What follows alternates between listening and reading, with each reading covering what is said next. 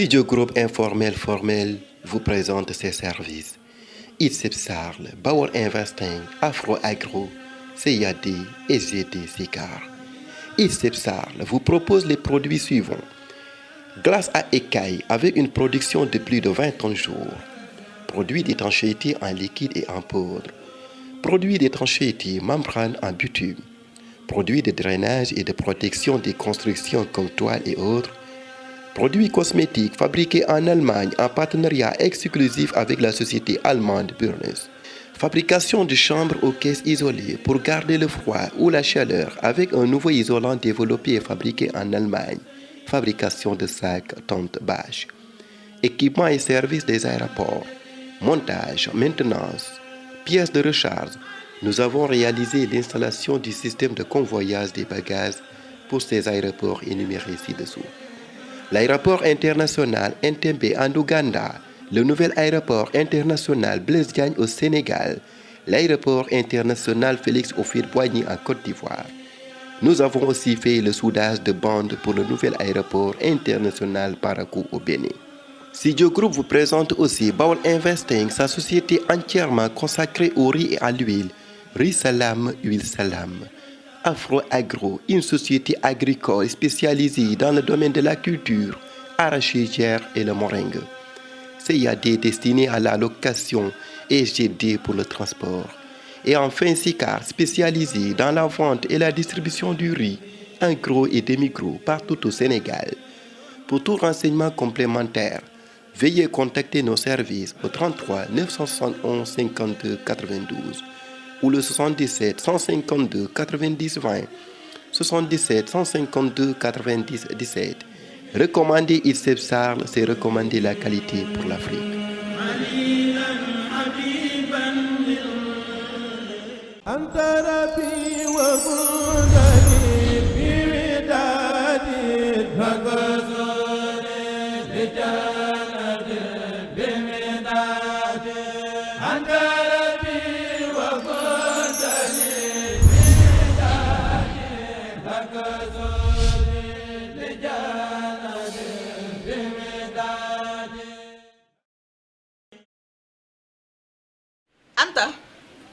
Anta yow xanaa teguloo ci lan ngay def si biir.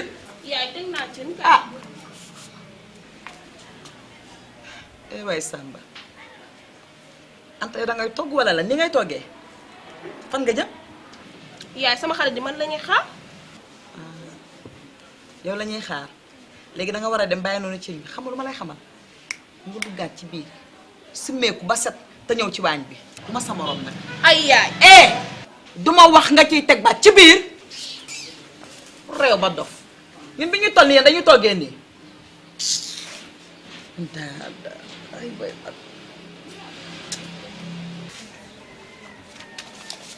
maajoor lii lan la waxal ak man. Xuja man damaa sonn naa tàyyi naa mënumaa yor sama papier yaa dem di ko déposé ji fu ma déposé ñu rejeté ma Xuja mënumaa nekk ci kër gi ngay yor ma yor sama jabar yor sama doom Xuja sama dund gi dee rek man la moom moo ko gën Xuja moo bu gisul man dem naa. Maajoor yow lay waxal. Maajoor c'est pas la fin du monde. nit du gaaw a découragé ci vie am rawatina yenn góor yi ak ndaw yi àdduna bi. àdduna jeexul gis nga loo fi xaarul du la fi fekk ñoo bokk man ak yow wax ma exactement lan nga bëgg yow. Xuja li ma bëgg daal leen nag ma génn dëkk bi dem fas yéene dem ñafe ji ba am lu ma mën a ñëw terale sama njaboot gi. loolu rek nga bëgg. kese nag man de xëy na aw ma lu ne gaañ mais am na lu ma dencoon benn somme bu toll ci 4 millions mën naa la ko jox nga jël gaal gi yàlla baax na mais du nit boo demee uti rek amuloo da nga war a décourager. d'accord may nga ma li ma la wax.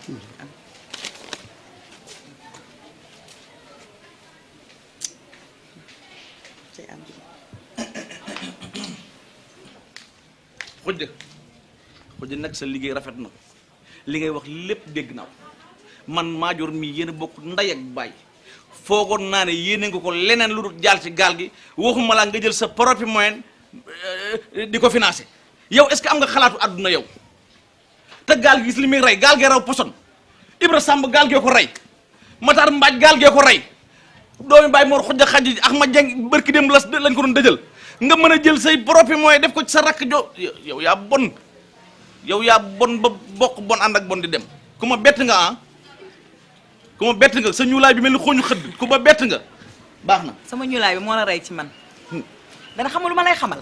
muy lan. yow sax su ma la mënoon a yeb ci gaal yi yeb la fa benn ñaar du yow yaa may wax li may def ak lu may bàyyi ak suñu bokkee ndey ak baay bu ñu bokkul ndey ak baay gënu loo ma koo xam. n'oublie pas sa kilifa la. d'accord waaw kay. gis nga ñu dee ci gaal gi dañoo repp dee fa.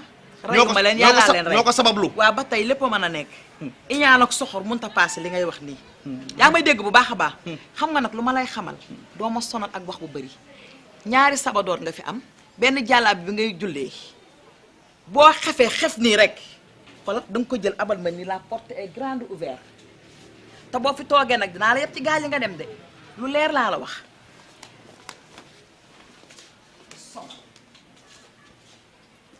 néew doole tooñ la quoi kër gi mu sax ma tane ci kër gi dal lu yàqu moom a tane ci kër gi.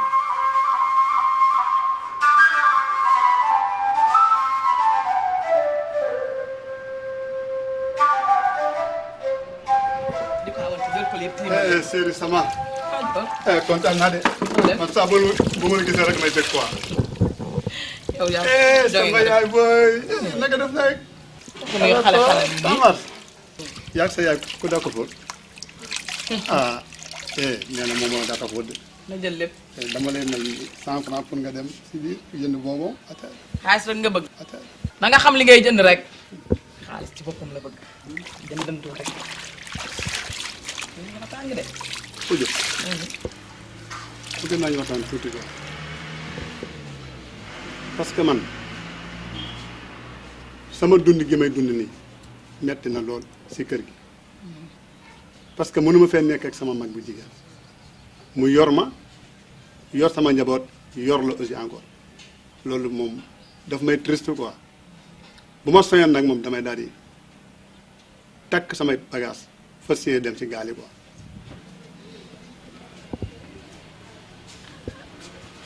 ayow Madior yow yoroo xaalis bi te saa yooyu yeewoo yaa ngi toltanaan ci sa njaboot gii gaal yi nga bëgg a jël xaalis dafay dem.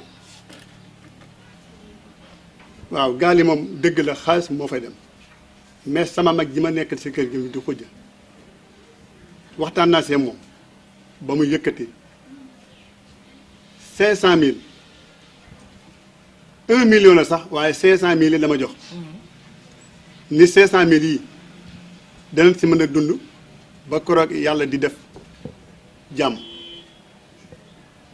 vraiment nag gënul ma nag waaye nag moo fi sës daal. yow de Madior sa teraanga mooy sama teraanga ndax yow boo amee man dinaa tedd dëgg la ñu ngi lekk ñu ngi naan waaye bala ngaa jox sa njaboot gi fu ne di nga fa toltolaanam man nag sama xel lu ma sa nekk ci ngir nga am tekki waaye comme dem nga ba yëg si fii waxtaan ngaa xujj mu jox la yàlla baax na li ma lay wax kay pour nga dégg ko ci sa nopp yi mooy bàyyi nga fi soxna te bàyyi nga fi njaboot loolu dong nag laa am lu ma lay wax. incha allahu dégg naa la baax na maa ngi dem.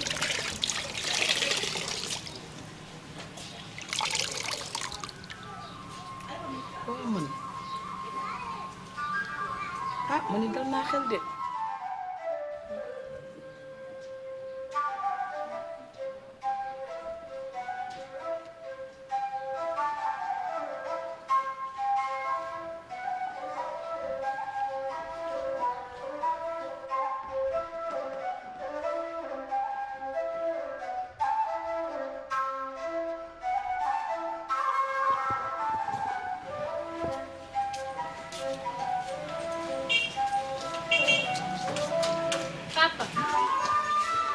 papa foo jëm. dañ maa woo sant léegi. papa nekkatuñu ay xale ay magu jëmm lañ te ñun say nawle lañ décision boo jël pour def ko dañu ko war a wax ba pare soog di ko def. non dañ maa woo sant fekk na li ma wax si boppam man la moom kii la dem leen ngeen toogee xaar ma dañ maa woo sant moom laa jëm nii. sànce nga jëm. kon baax na.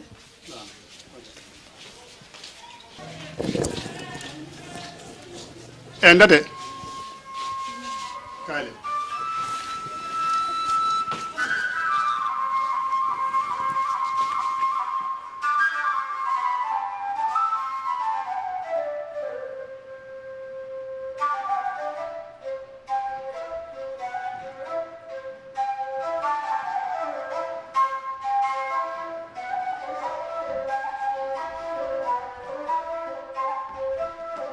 tey dëkk bi tàng na de. dëkk bi kay dafa tàng ji. salaamaaleykum papa. waaw lu xew qu'est-ce qui se passe mbaa jàmm. papa ñu ne dañ leen a soxla woon. bismillah. waaw xale yi la ñoo ñëw léegi kër ga di jooy nee nañ seen papa daa jël gaal ba mi ngi noonu di dem. gaal. gaal la maa subhanallah. seen baay lu ko kër ci yéeg gaal. yéen seen papa dafa dof wala dafa katakay ni ak fi jamono bi toll am ay jànq yu toll di dem bàyyi di dem gaal. ok léegi moom anam. moom départ na ci suba. fu mu déparé. moom jifir. lan fii jifir. ok d'accord dinañ ko régler.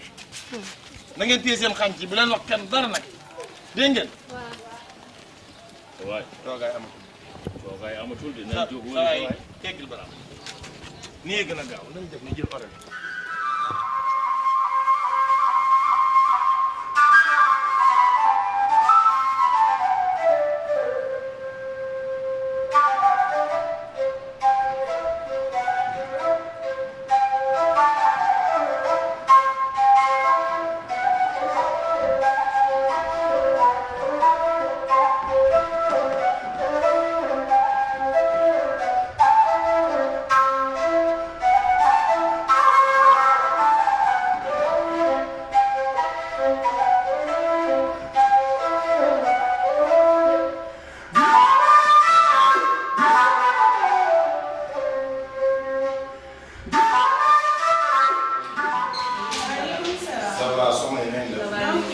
naka it tey ñu ngi leen di jaar baax a baax mbaa am ngeen jàmm naka liggéey bi ñu ngi leen di sant bu baax a baax alhamdulilah naka fii mbaa mi ngi yëngu rek waaye ay ci loolu baax na loolu baax na. di kontaan aussi ci accueil bi ngeen ñu accueillir wax dëgg neex yàlla accueil bi rafet na trop macha allah te nii rek la liggéeykat moom chaque jour accueillir am daa war di rafet macha allah te gis nañ ni loolu moom mën ngeen ko trop ndax bu leen neexoon xeeb ñu aussi.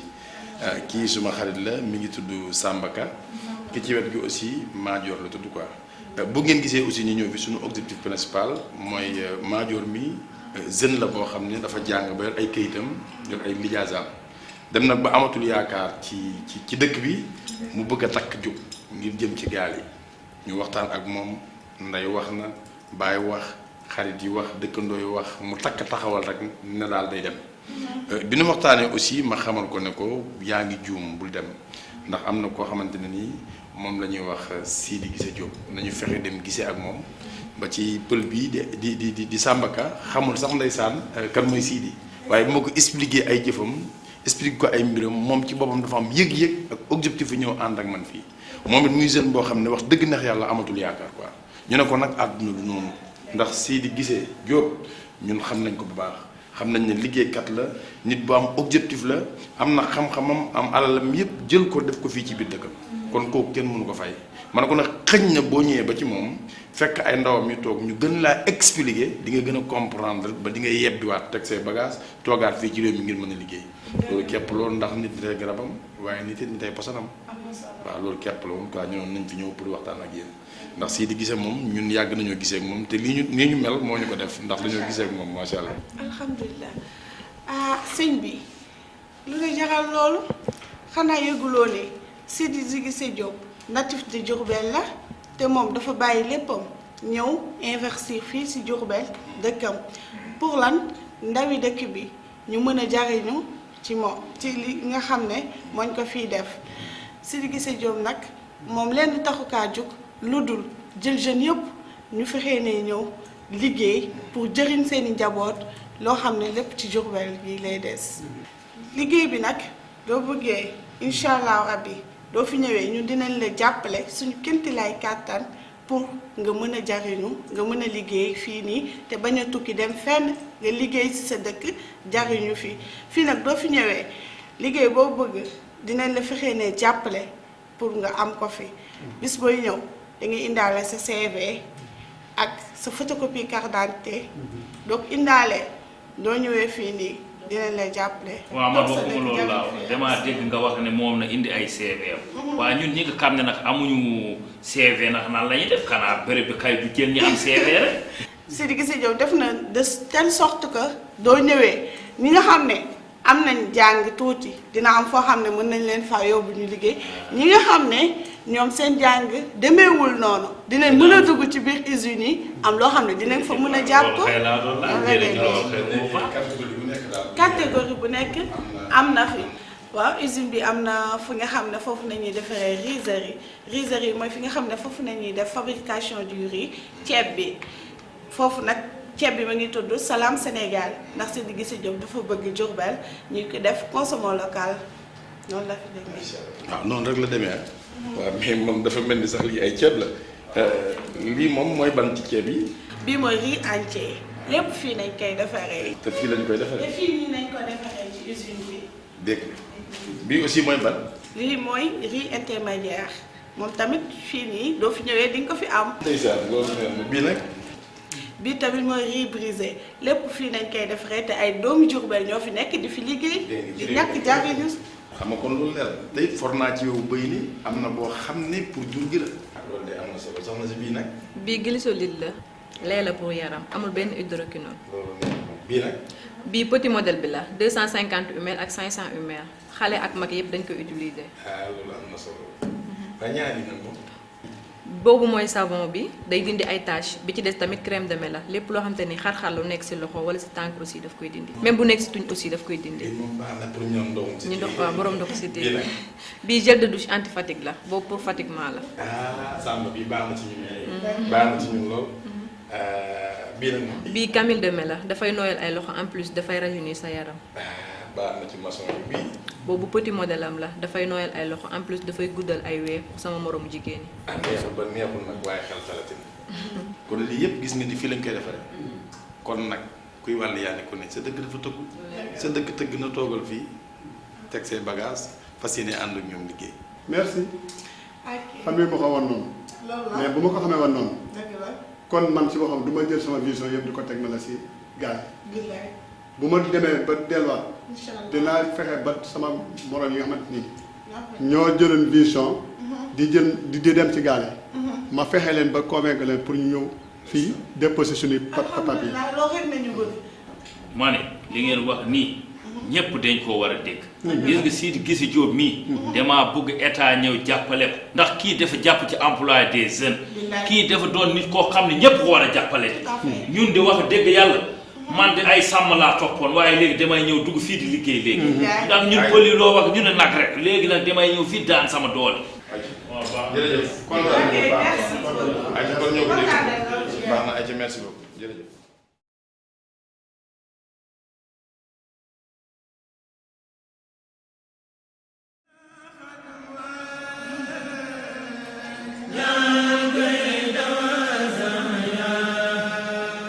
Sidio Groupe informel formel vous présente ses services. ITSEP Sarl, Bawol Investing, Afro Agro, CIAD et GD Sicar. ITSEP Sarl vous propose les produits suivants. Glace à écailles avec une production de plus de 20 tonnes jour. Produits d'étanchéité en liquide et en poudre. Produits d'étanchéité membrane en bitume. Produits de drainage et de protection des constructions comme toiles et autres. Produits cosmétiques fabriqués en Allemagne en partenariat exclusif avec la société allemande Burnes. Fabrication de chambres aux caisses isolées pour garder le froid ou la chaleur avec un nouveau isolant développé et fabriqué en Allemagne. Fabrication de sacs tente bâche. équipements et services des aéroports, montage, maintenance, pièces de recharge. Nous avons réalisé l'installation du système de convoyage des bagages pour ces aéroports énumérés ci-dessous. L'aéroport international Entebbe en Ouganda, le nouvel aéroport international Blaise Diagne au Sénégal, l'aéroport international Félix Houphouët-Boigny en Côte d'Ivoire. Nous avons aussi fait le soudage de bandes pour le nouvel aéroport international Parakou au Bénin. Sidio Group vous présente aussi Bawol Investing, sa société entièrement consacrée au riz et à l'huile. Riz Salam, huile Salam. Afro Agro, une société agricole spécialisée dans le domaine de la culture, arachidière et le moringue. CIAD destiné à la location et SGD pour le transport. Et enfin Sicar, spécialisé dans la vente et la distribution du riz, en gros et demi-gros, partout au Sénégal. Pour tout renseignement complémentaire, veuillez contacter nos services au 33 971 52 92 ou le 77 152 90 20, 77 152 90 17. Recommander ISEP Sarl, c'est recommander la qualité pour l'Afrique.